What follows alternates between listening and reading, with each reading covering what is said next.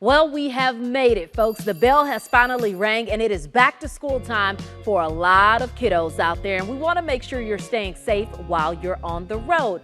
Now, say you get stuck behind a school bus or find yourself in a school zone that seems to go on forever. Following just a few rules in those situations can be the difference between life and death for a student, yourself, or even a school staff member. There are two main factors that go into your stopping distance when driving, according to the National Highway Traffic Safety Administration. Now, the first is recognizing that a child has entered the roadway. That takes about 3/4 of a second. The second is slamming on your brakes. That takes another 3/4 of a second. So we're already a second and a half in. Now, we can figure out the distance it will actually take for your vehicle to come to a complete stop. Now, this is if you're going the speed limit in a school zone. Let's say that's 20 miles per hour. Your car will stop in about 63 feet. You following? 44 of those feet is from your reaction time and 19 feet is for braking distance.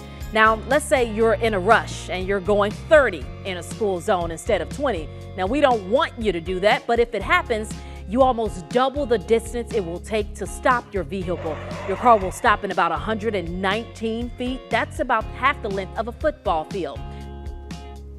Now, if we bump up your speed to 40 miles per hour, double our hypothetical school zone speed limit, it'll take you about 164 feet to stop.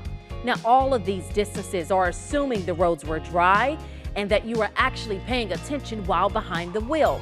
Now, if you were trying to eat breakfast or even deal with the child in the backseat, perhaps fiddling with your phone, as we know a lot of people do as well, your reaction time will go up.